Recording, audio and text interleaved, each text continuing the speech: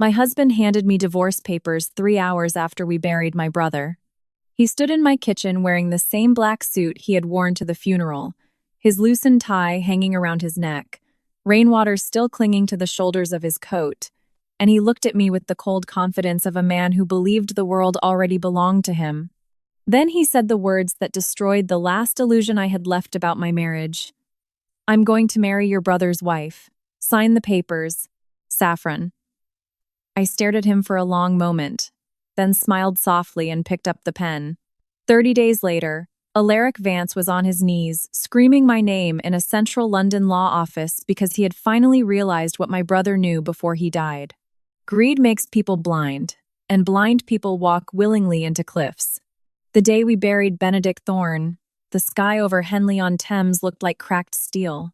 Cold rain drizzled across the cemetery in thin gray lines, coating umbrellas, black coats, and polished shoes with a dull sheen that made everything feel lifeless.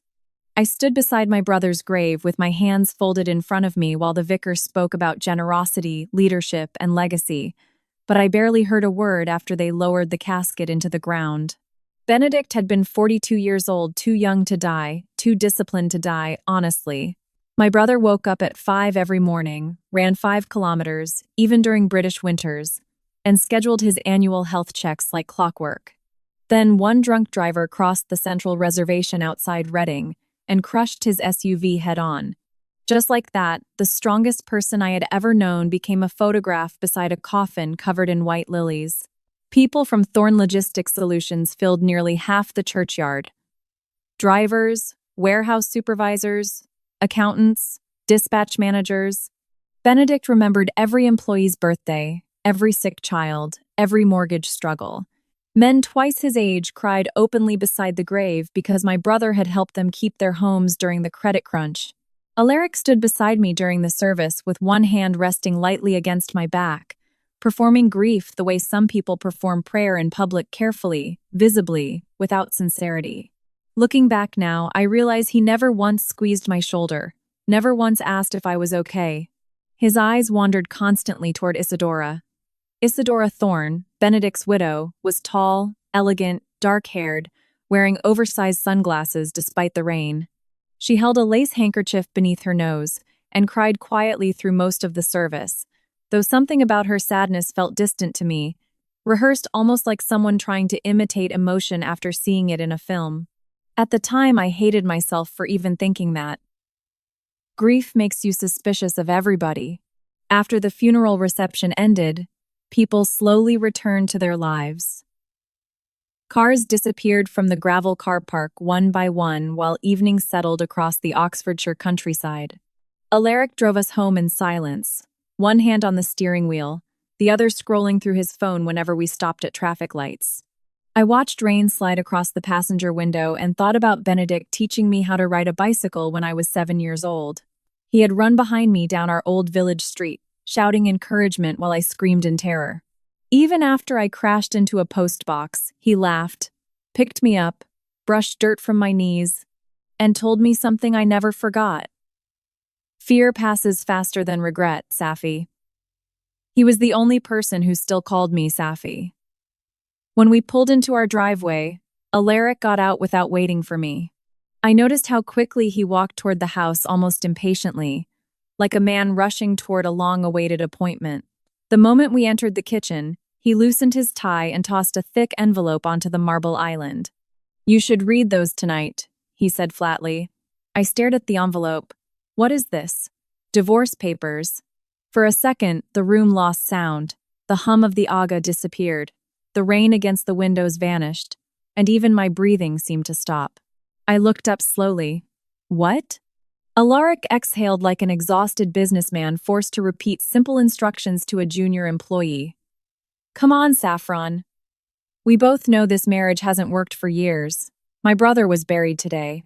I know that." The coldness in his voice frightened me more than the words themselves. He walked toward the drinks cabinet, poured himself a neat scotch, then leaned casually against the counter. Honestly, this is probably the best time to do it. Clean break, fresh start for everybody. I kept staring at him, waiting for the punchline, for guilt, for humanity. None came. Then he said the sentence that made my stomach turn. I'm going to be with Isadora. I blinked once. Benedict's wife? Widow, he corrected calmly. Now she's a widow. I remember gripping the edge of the counter because suddenly I felt physically unsteady. How long? I whispered. Alaric took a sip of scotch before answering. A while. A while, I repeated hollowly. We didn't plan for any of this to happen, Saffron. That lie almost made me laugh. There are tones people use when they rehearse excuses beforehand, and Alaric had clearly practiced this conversation in his head many times. You were always so emotionally dependent, he continued. Isadora understands ambition. She understands what I want out of life. I stared at the man I had spent 11 years married to, and realized I had never truly known him. Alaric Vance came from nothing student loans, unstable jobs, bouncing between flat shares throughout his 20s. Benedict gave him a position at Thorn Logistics when we got married, mentored him personally, promoted him twice, and trusted him with clients worth millions. And now, 3 hours after we buried my brother, Alaric was drinking scotch in my kitchen while talking about replacing me with my dead brother's wife. You're unbelievable, I whispered. No, he said quietly. I'm honest. Then he delivered the final blow with astonishing cruelty. You were never built for the life I want. Not angry, not shouting, just cold calculation. I expected myself to cry, maybe scream, maybe throw the glass sitting beside the sink directly into his face. Instead, something inside me became strangely calm, because suddenly I remembered a voicemail Benedict left me 2 nights before he died. I hadn't listened to it yet. My brother rarely called without texting first, and the notification was still sitting unopened on my phone. Alaric slid the papers closer to me. Just sign them. We can avoid dragging this out. I looked at the documents. English no-fault divorce waiver. Asset separation clauses. Fast, efficient, prepared in advance, which meant he had planned this before Benedict died. That realization settled over me slowly, like ice water filling my lungs. Alaric watched me carefully, probably expecting hysteria. Instead, I picked up the pen. His eyebrows lifted slightly. Seriously? He asked. I smiled faintly. Fine. Then I signed my name. For the first time all evening, Alaric looked surprised. You're taking this better than I expected. I slid the papers back toward him. You seem eager to leave. He gave a small shrug. No point pretending anymore. No guilt, no shame. He actually looked relieved. Alaric grabbed the envelope, finished his drink, and headed upstairs to pack a suitcase while I remained standing alone in the kitchen, listening to drawers opening and closing above my head.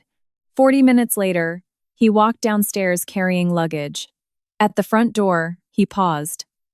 You'll be okay eventually, he said. It sounded less like comfort and more like dismissal. Then he left. I waited until his car disappeared down the lane before pulling my phone from my pocket.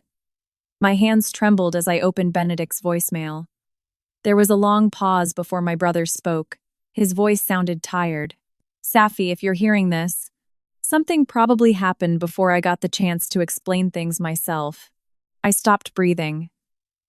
Then Benedict said quietly, Don't trust anyone until Julian Pemberton reads the will. For 3 days after Alaric left, I barely slept.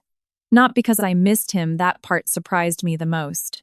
I kept waiting for heartbreak to arrive in full force, for the devastation of losing my husband to finally crush me beneath its weight. But instead, I felt something colder, heavier, more complicated. It was the feeling people get when they survive a car accident and suddenly replay every ignored warning sign from the last 10 miles of road. Because once the shock faded, memory became merciless. Alaric's late nights at the office, his sudden obsession with Savile Row suits, the expensive watch he claimed came from a sales incentive program. The way Isadora laughed too hard at his jokes during company dinners, all of it rearranged itself into something ugly and obvious. I spent most of those first days alone in the house, walking from room to room in silence while spring rain battered the windows. Friends called constantly, offering condolences for Benedict and concern about the divorce, but I ignored nearly everyone except my mother. Even then, I didn't tell her the whole truth. At 70 years old, after losing her son, she didn't deserve another wound. Meanwhile, Alaric and Isadora weren't hiding anything anymore. A picture appeared on social media 4 days after the funeral. Isadora sat beside Alaric at a high-end restaurant in Mayfair, holding a wine glass while he smiled at the camera with one arm around her waist. Someone had tagged the location. Someone else had commented, "Beautiful couple. Beautiful." I stared at that word for a long time. Benedict had been dead less than a week. By the following weekend, they were posting photos from the Lake District boat rides on Windermere, expensive cocktails, smiling beneath wool blankets beside outdoor fire pits. Alaric wore Benedict's navy cashmere overcoat in one picture, the coat my brother had bought in Milan during a business trip 3 years earlier. That nearly broke me. Not because Alaric looked happy, but because Benedict had trusted him completely. There is something uniquely horrifying about betrayal after death. The dead cannot defend themselves, cannot revise mistakes, cannot withdraw love from people who no longer deserve it. The dead remain loyal forever. The living do not. On the 7th morning after the funeral, I drove to Thorn Logistics Solutions for the first time since Benedict's death. The headquarters sat near the Docklands, a 6-story glass building Benedict purchased after expanding the company nationwide. He started with 3 delivery lorries and a rented yard in Slough. 20 years later, the company handled haulage contracts across the UK. I parked in the basement and sat inside my car for almost 10 minutes before forcing myself upstairs. The moment I stepped onto the executive floor, conversation stopped. Not dramatically, just enough for me to feel it. People looked at me with sympathy first, then discomfort, because corporate offices survive on gossip, the same way villages survive on weather. Everybody already knew Alaric had moved in with Isadora. Everybody. Philippa, Benedict's longtime assistant, hurried toward me, looking furious on my behalf. "Oh my God," she whispered, hugging me tightly. "Saffron, I'm so sorry," I nodded weakly. "How bad is it around here?" Philippa glanced toward the corner offices before lowering her voice further. "Alaric's been acting like he already owns the place." That tightened something in my chest. "What does that mean?" "He's been sitting in Benedict's office every day."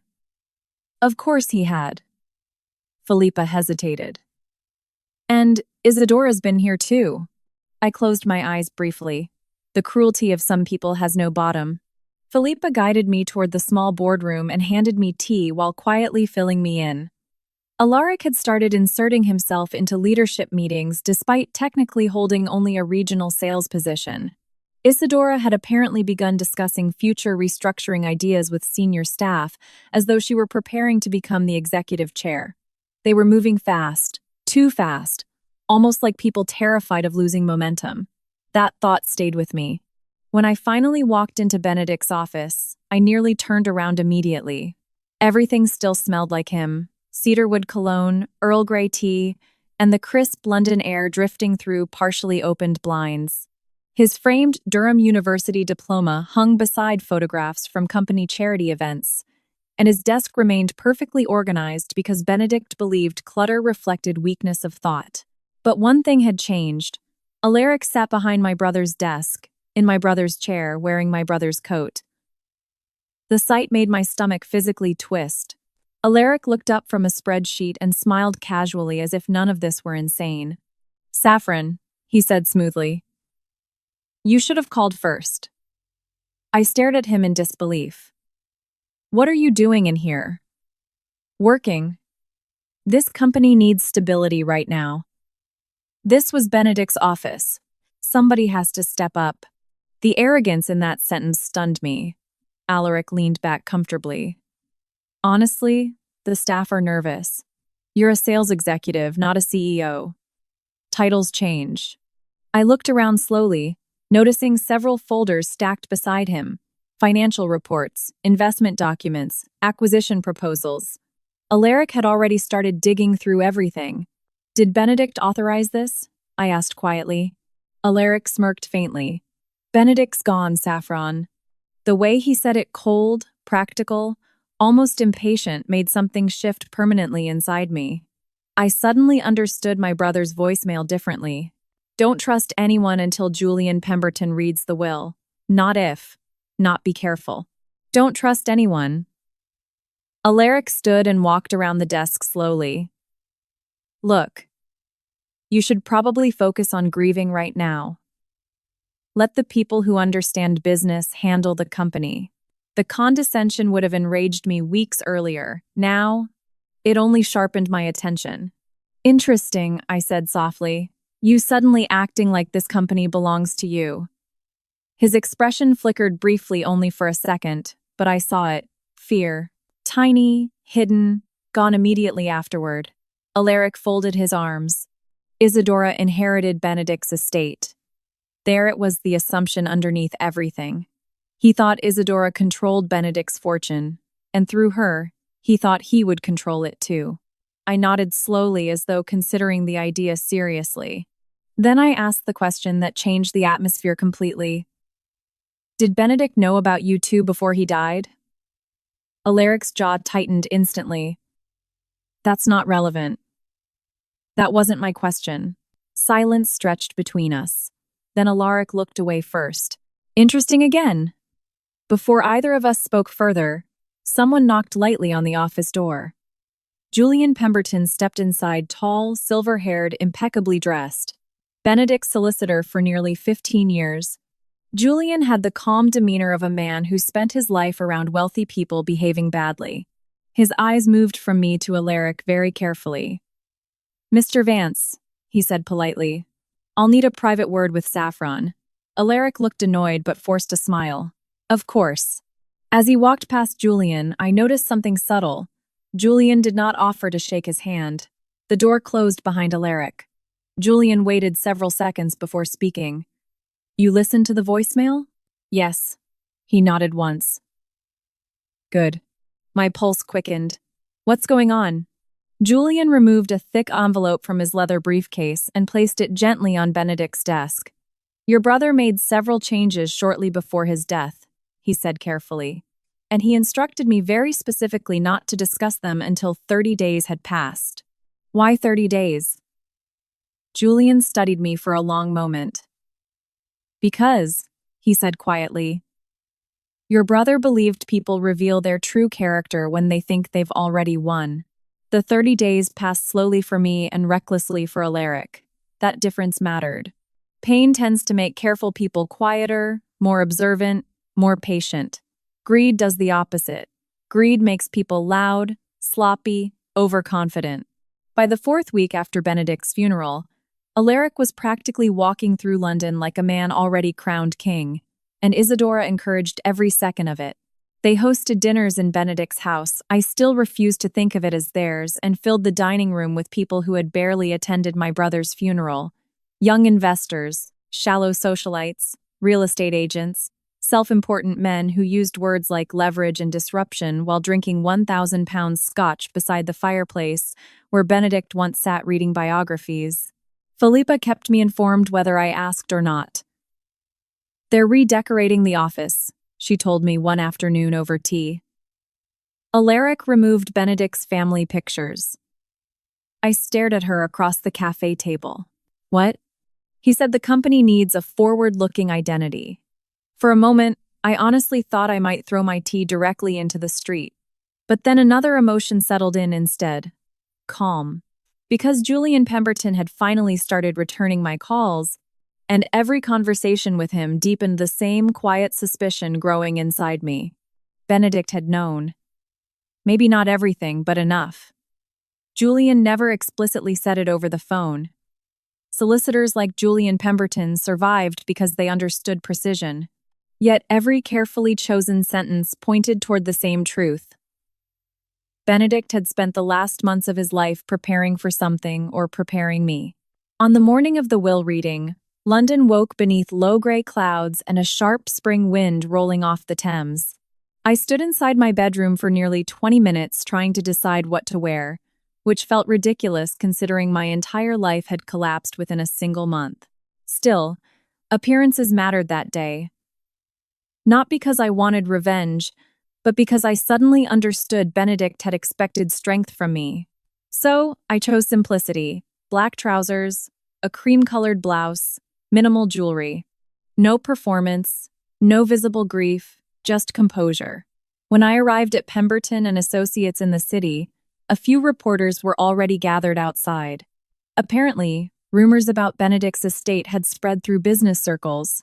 Thorne Logistics was worth far more than most people realized, and wealthy dead men attracted curiosity the way blood attracted sharks. Inside the lift, I caught my reflection in the mirrored wall and barely recognized myself. 30 days earlier, I would have entered that office terrified. Now I felt strangely steady. By the time I reached the conference floor, Alaric and Isadora had already arrived. Of course they had. Alaric stood near the windows wearing a charcoal suit Benedict once helped him buy for a charity gala. Isadora sat at the table in a fitted black dress, legs crossed elegantly, diamond earrings catching the overhead lights. They looked like a couple posing for a luxury magazine. Then Alaric noticed me. The smile on his face carried open triumph. "Well," he said casually, "you actually came." I ignored the comment and took a seat across the room. Isadora studied me over folded hands. "How are you holding up, Saffron?" The fake concern in her voice was almost impressive. I looked directly at her. "Better than expected." Alaric chuckled softly. "That's good. Healing matters." Healing. The man sleeping with my dead brother's widow was giving me emotional advice. I might have laughed if the situation weren't so grotesque. Julian Pemberton entered precisely at 9 o'clock, carrying several folders. His expression remained unreadable as always, though I noticed he greeted me first. Saffron. Then a brief nod toward Alaric and Isadora. "Mr. Vance, Mrs. Thorne." Isadora straightened immediately. "Will this take long?" Julian sat at the head of the table. "That depends entirely on how everyone behaves." Something in his tone caused Alaric's smile to fade slightly. "Good." Julian opened a folder, slowly adjusting his glasses before speaking. Benedict Thorne amended his estate documents 12 days before his death. These amendments were witnessed, notarized, and legally verified. Alaric leaned back comfortably. "Makes sense." Benedict was always organized. Julian ignored him. The estate includes Thorne Logistics Solutions, multiple investment accounts, real estate holdings in Oxfordshire and the Highlands, pension assets, and several charitable trusts. Isadora's posture sharpened almost imperceptibly. Then, Julian delivered the sentence that changed everything. Under the revised terms of Benedict Thorne's will, the sole controlling beneficiary of the estate is Saffron Thorne. Silence. Complete silence. Alaric blinked once.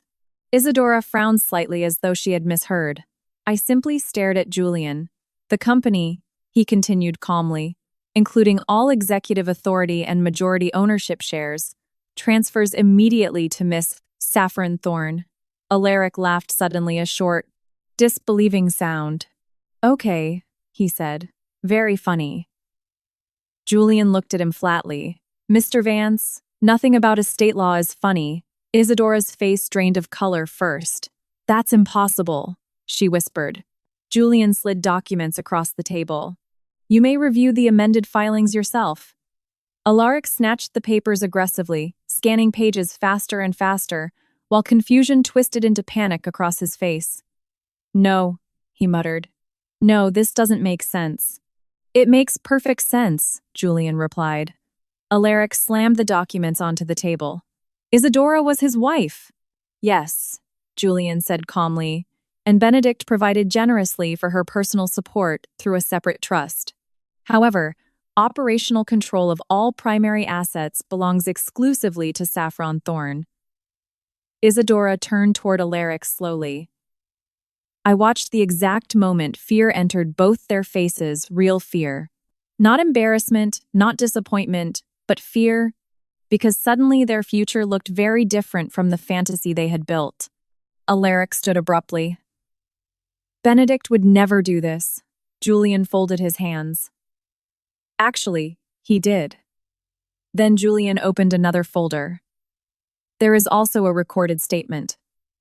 My pulse quickened instantly. Alaric's expression darkened. Recorded statement? Julian pressed a button on a small remote. The television screen at the far end of the boardroom flickered on, and suddenly my brother appeared. Benedict sat behind his office desk wearing a navy jumper, looking exhausted but focused. The video timestamp showed it had been recorded 4 days before his death. For one terrible second, grief punched the air from my lungs because there he was alive, breathing, looking directly into the camera. If you're watching this, Benedict said calmly, then Julian was right, and things became ugly after I died. Alaric slowly sat back down. Benedict continued. I spent years believing loyalty could be earned through generosity. I was wrong. The room felt frozen. Then Benedict looked directly into the camera with devastating clarity. Alaric, I know you've been stealing from the company. Alaric went pale instantly. And I know about Isadora. Isadora covered her mouth. I closed my eyes briefly. Benedict knew all of it, every disgusting detail. I stayed quiet because I needed proof, Benedict continued, and because I wanted my sister protected before the truth surfaced. Alaric suddenly exploded from his chair. This is Julian's voice turned razor sharp. Sit down. Alaric ignored him completely. He manipulated this, Alaric shouted, pointing at me. Saffron manipulated him. I almost pitied him then. Almost. Because desperate people become transparent very quickly. Julian calmly opened another file. There's one more matter, he said. Alaric turned toward him, breathing heavily. During your divorce filing, Julian continued, you voluntarily signed a full marital asset waiver, relinquishing all future claims connected to Saffron Thorne's holdings. Alaric stared blankly. Then realization hit him hard. I watched the exact second he understood what he had done. He had rushed through the divorce, believing I was worthless, believing Isadora held the fortune, believing he had already traded up. But Benedict had left everything to me. Everything. The house, the company, the investments, even the executive accounts Alaric had been using for weeks. Alaric's face turned white. No, he whispered. Julian's expression never changed. Effective immediately, all unauthorized access to Thorne Logistics properties will be terminated. Isadora slowly looked at Alaric like she was seeing him for the first time. And Alaric looked at me, not with love, not even hatred, but with terror. Alaric Vance unraveled faster than I expected. Not publicly at first. Men like Alaric rarely collapse all at once. They crack in stages, like ice weakening beneath too much weight. At the law office, after Julian finished speaking, Alaric kept insisting there had to be another version of the will, another account, another explanation. There wasn't. Benedict had prepared everything carefully, every signature, every transfer, every legal protection. My brother had built haulage routes across the country. Planning was second nature to him. He understood risk better than anyone I'd ever known, and somewhere during the final months of his life, he realized the greatest threat to his company was sitting across the dinner table pretending to be family. Isadora left first. That part still amazes me. Not because she walked away, people like Isadora always walk away once comfort disappears, but because of how quickly she did it. One moment she sat beside Alaric in stunned silence. The next she quietly stood, collected her designer handbag, and looked at him with something close to disgust. You told me the company was practically yours already, she said coldly. Alaric looked at her desperately. Isadora, wait. No, she snapped. You said Benedict trusted you. I'm done. She walked out without another word. Alaric stared after her like a man watching the last rescue boat leave a sinking ship. Somehow, even then, he still didn't fully understand why his life was collapsing. That was the frightening part. People consumed by greed rarely believe they are greedy. They see themselves as ambitious, deserving, smarter than everybody else. Alaric genuinely believed he had earned Benedict's success simply because he stood close enough to touch it. But proximity is not ownership. Julian ended the meeting shortly afterward. Security representatives from Thorn Logistics arrived quietly to collect Alaric's building credentials, company laptop, and car keys. The humiliation happened with brutal professionalism. No shouting, just procedure.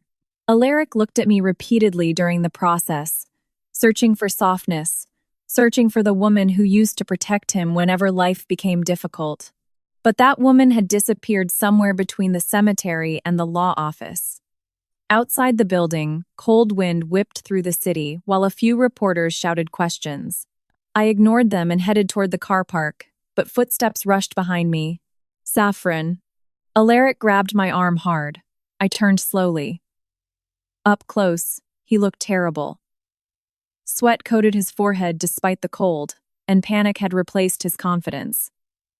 You knew, he said breathlessly. No, I answered honestly. I suspected. His grip tightened slightly. Saffron, listen to me. I pulled my arm free immediately. Don't touch me again. For several seconds, neither of us spoke. Then Alaric lowered his voice. We can fix this. I almost laughed. Fix this? As though betrayal, greed, and adultery were accounting errors that could be corrected with paperwork. You moved into my brother's house 4 days after his funeral. Alaric swallowed hard. I made mistakes. You slept with his wife while he was alive. His eyes darted away.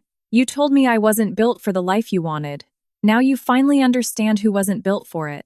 The lift doors opened behind me, and I stepped inside. The doors closed on his desperate face. 3 days later, Thorn Logistics officially terminated Alaric's employment following an internal financial review. Benedict had been right. Money had disappeared from several client accounts over the previous year. Not enough to trigger immediate alarms, but enough to establish fraud once investigators followed the paper trail. Alaric hadn't stolen millions, just enough to feel powerful, just enough to believe nobody would notice. The criminal investigation remained private initially, though rumors spread quickly inside business circles. Invitations stopped arriving. Calls went unanswered. Men who once slapped Alaric on the back at parties suddenly avoided eye contact. Social status is far more fragile than people admit. One scandal and entire friendships evaporate overnight. Isadora vanished from social media almost immediately. According to Philippa, she moved out of Benedict's house within a week. Apparently, she and Alaric lasted exactly 9 days after discovering the truth about the estate. 9 days that was the grand love story that destroyed my marriage. Meanwhile, I spent nearly every waking hour inside Benedict's company trying to hold my life together. The first weeks terrified me. I understood accounting and operations, but leading an entire company felt overwhelming. Executives watched me carefully during meetings. Some were supportive. Others clearly doubted whether the grieving younger sister could handle what Benedict built. But grief changes people.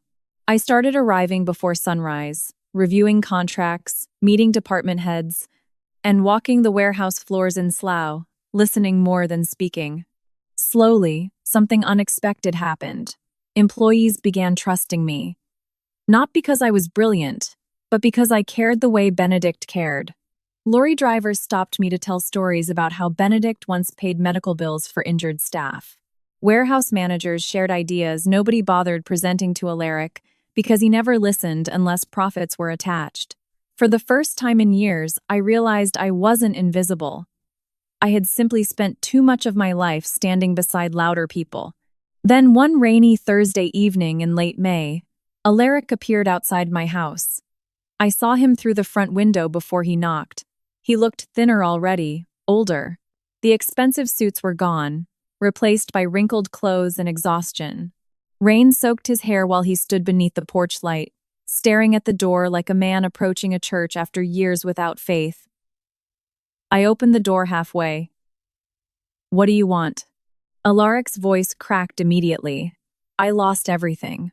I stared at him quietly, not because I enjoyed his suffering, but because I remembered the version of him I once loved.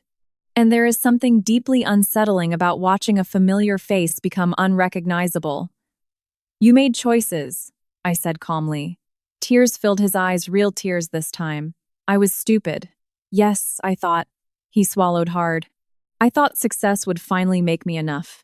That sentence lingered between us, because underneath the greed, Alaric had always carried enormous insecurity.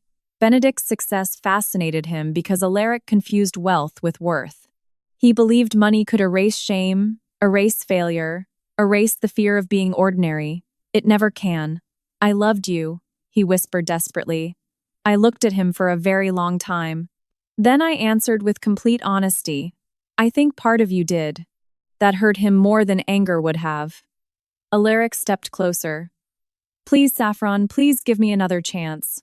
And then there, on the wet front porch, Alaric Vance dropped to his knees, crying, begging, destroyed by the same greed he once mistook for ambition. But the moment that stayed with me forever wasn't his apology. It was what happened next.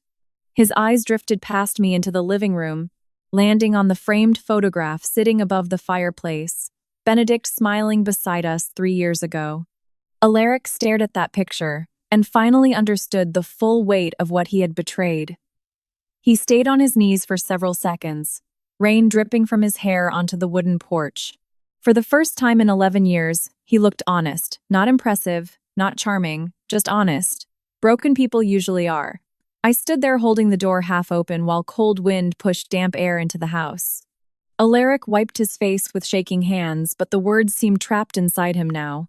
Saffron, he whispered again, voice raw. I know I don't deserve forgiveness. No, I said quietly. You don't. He lowered his head immediately. That answer landed harder than shouting ever could have. For a moment, I almost pitied him again, and that frightened me. Compassion can be dangerous when directed toward people who mistake mercy for weakness. I understood that now. Alaric looked up slowly. I would do anything to fix this. You can't. Another painful silence followed. Then I opened the door slightly wider and handed him an umbrella leaning near the entryway. Go home, Alaric. His face crumpled because I think he finally understood something devastating. He no longer had one. Benedict's house belonged to the company trust now. Isadora had vanished. His friends were gone. His career was radioactive. Nobody in the logistics industry would hire him now. Alaric took the umbrella slowly. I never meant for any of this to happen, he said weakly. I almost responded, but then I stopped myself. People like Alaric never believe they are villains. They think disaster simply happens, as though betrayal appears without decisions leading toward it. You kept choosing yourself over everyone who loved you, I said. His eyes filled again. Then he turned and walked back into the rain. I never saw him again after that night. Months later, Philippa told me Alaric had moved to the Midlands and taken a low-level sales job under a different name. The criminal investigation ended with a settlement agreement rather than prison time because Julian negotiated repayment quietly. Benedict would have preferred that. My brother believed consequences should teach people, not simply destroy them. As for Isadora, she sold most of her jewelry and relocated to Marbella. Occasionally, mutual acquaintances mentioned seeing her with wealthy older men, always searching for another life to step into. Summer arrived slowly that year. The company survived, then stabilized, then quietly began growing again. I worked harder than I ever had in my life. Some mornings I arrived before the warehouse lights turned on. Some nights I stayed so late the cleaning crews recognized me by name. At first, I operated entirely on fear of failing Benedict, fear of disappointing the staff, fear that everyone believed Alaric had been right about me. But fear changes shape when confronted long enough. By August, I was leading meetings without notes. By September, I renegotiated a contract that increased regional revenue significantly. Drivers who once viewed me cautiously started greeting me with warmth and trust. One afternoon, an older dispatcher named Arthur stopped me. You know what the difference is? He asked. Difference between what? You and Alaric. Alaric wanted the company to make him important. You want the company to take care of people. That stayed with me. Because Benedict had understood something Alaric never did. Leadership is not ownership, it's responsibility. Late that autumn, we launched the Benedict Thorne Foundation, a scholarship program for children of company employees. The first recipient was a mechanic's daughter from Slough who wanted to become a civil engineer. When I called to tell her she'd received full tuition support, she cried so hard she could barely speak. I sat alone in my office afterward, staring at the skyline. For the first time since Benedict died, grief no longer felt sharp. It felt meaningful. That December, exactly 1 year after the voicemail, I drove to the cemetery alone. Snow covered the ground, and freezing winds swept through the headstones. I carried fresh white lilies. I stood beside his grave quietly for a long time. Then I finally spoke. "You were right," I whispered. "I trusted people too easily." For a moment, memories flooded me. Benedict teaching me to ride a bike, helping Alaric get promoted, sitting with me in hospital waiting rooms. Always steady, always protecting everyone, even when they didn't deserve it. A tear slid down my cheek despite the cold. "But you also taught me something else," I said softly. "You taught me I don't need someone else to save my life." And that was the truth. Alaric believed revenge meant humiliation and destruction. But real revenge is rebuilding yourself so completely that the people who broke you can no longer recognize the person standing in front of them. It is waking up one morning and realizing their betrayal forced you to discover your own strength. I placed the flowers against the headstone and smiled. As I walked back toward my car, sunlight broke through the heavy winter clouds, spilling gold across the snow. The future no longer frightened me. It felt earned.